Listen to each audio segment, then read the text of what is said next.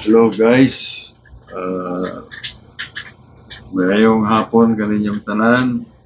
Nga na punta karon din sa ato ang uh, channel sa Darius P. Relatado. Klaro lang nato ni karon kay daghang naalarma kay daghang nagpanik tungod aning impacts na nanay kaso sa Davao City.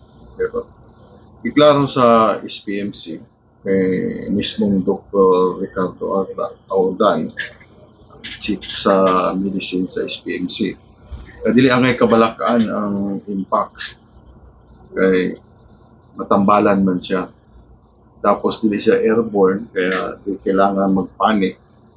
Panic buying og mga face mask o sa paman. Kailangan lang manglimpyo ta sa atong kamot.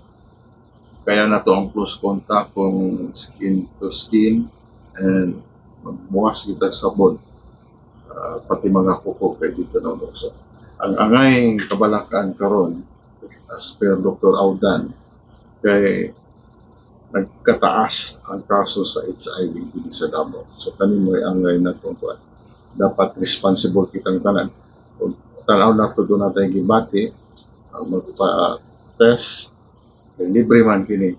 And dili man pre sa unang pay tambal ang HIV pero kaya siyang i-treatment para magbuhi yapon ka bisan nakaaning HIV.